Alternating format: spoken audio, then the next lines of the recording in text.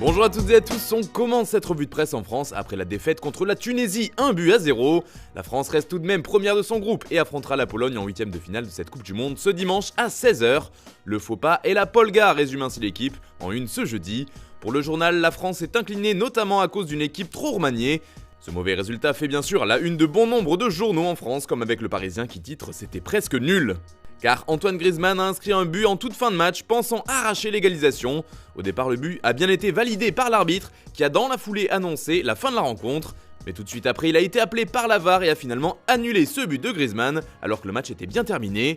Une drôle de fin de match qui a d'ailleurs eu pour conséquence un énorme couac sur TF1, comme le rapporte l'équipe.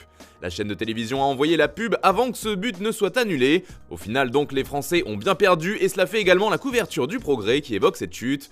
La dépêche du midi parle même de coup de théâtre dans son édition du jour.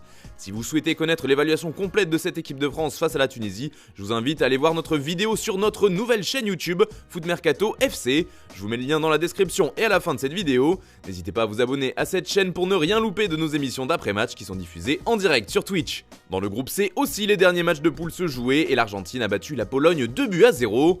Une joie pour les Argentins, placarde Clarín sur sa une ce jeudi. Il faut dire que Messi et les siens jouaient gros hier, n'étant pas sûrs de se qualifier avant le match. Ils ont finalement arraché la première place du groupe et affronteront l'Australie en 8ème, qui a battu le Danemark 1-0. Tandis que la Pologne s'est aussi qualifiée, le Mexique ayant battu l'Arabie Saoudite 2-0. Enfin un beau match, se réjouit El Dia. Globalement, c'est tout le pays qui s'est rassuré avec cette belle victoire de l'Argentine, malgré le pénalty raté de Lionel Messi. La Pulga s'est d'ailleurs exprimée après la rencontre, et elle n'était pas vraiment satisfaite de sa performance. Je suis en colère d'avoir raté le pénalty, mais je pense que l'équipe est sortie plus forte après cette erreur de ma part. Nous savions qu'une fois le premier but inscrit, cela changerait la donne. Il faut tout de même préciser que Chesney a sorti un sacré arrêt et c'est lui qui fait la une au pays, comme par exemple avec le média Sportzenik.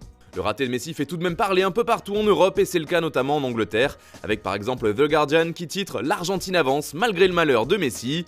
C'est aussi de cette manière que le Daily Mail résume la rencontre d'hier. Messi se loupe mais l'Argentine passe encore. En Italie aussi, on parle de Messi mais plutôt pour évoquer la qualification de l'Albiceleste pour la suite du mondial. Et pour parler aussi des coéquipiers de la Pulga qui se sont illustrés hier. Les enfants de Messi, titre ainsi le Corriere dello Sport. Du côté de l'Espagne, la nouvelle fait également les gros titres comme par exemple avec Mundo Deportivo qui évoque la qualif de Messi et de Robert Lewandowski. Allez, on file en Angleterre maintenant où la sélection nationale fait réagir. Les Three Lions font la une du Daily Mirror. Une drôle de une, mais non, ça ne veut pas dire que les Anglais sont sous l'eau, au contraire. Comme le rapporte le tabloïd, le sélectionneur Gareth Southgate a affirmé que ses joueurs pouvaient faire face à une attente qui devient de plus en plus forte. Cela fait aussi les gros titres du Daily Express ce matin, avec encore une couverture subaquatique. Le journal rapporte également les mots de Southgate qui a demandé aux fans de soutenir encore plus leur sélection, afin de porter l'équipe le plus haut possible. Pour The Sun, c'est simple, les Three Lions sont à la recherche du Nirvana, en référence à la célèbre pochette d'album du groupe de rock. Du côté de l'Espagne, toute l'attention est fixée sur la Roja qui joue son dernier match de poule face au Japon. Et si on en croit As, le message est simple pour aujourd'hui, la tactique c'est de gagner. La sélection ibérique compte bien se faciliter la tâche et s'éviter toute réflexion sur les possibles adversaires pour la suite. Même son de cloche en une de Mundo Deportivo ce matin, gagner et point, titre le journal. Ce match face au Japon fait la une de Marca ainsi que de Sport et le message est toujours aussi simple, gagner et c'est tout. Allez, on termine ce tour de la presse au Brésil avec des nouvelles de Neymar et de sa cheville. La star du PSG s'est blessée dès le premier match et c'est tout un pays qui espère son retour le plus vite possible. Malheureusement, TNT Sports ne va pas vraiment dans ce sens ce jeudi. Toujours des doutes sur Neymar, explique le média, qui ajoute qu'il n'y a pas tellement de confiance concernant le retour du numéro 10. Et c'est aussi ce que rapporte Globo Esporte sur son site internet. La Seleção est prudente avec Neymar. Son retour en 8ème de finale est incertain, explique le journal. Bref, le Brésil a peur.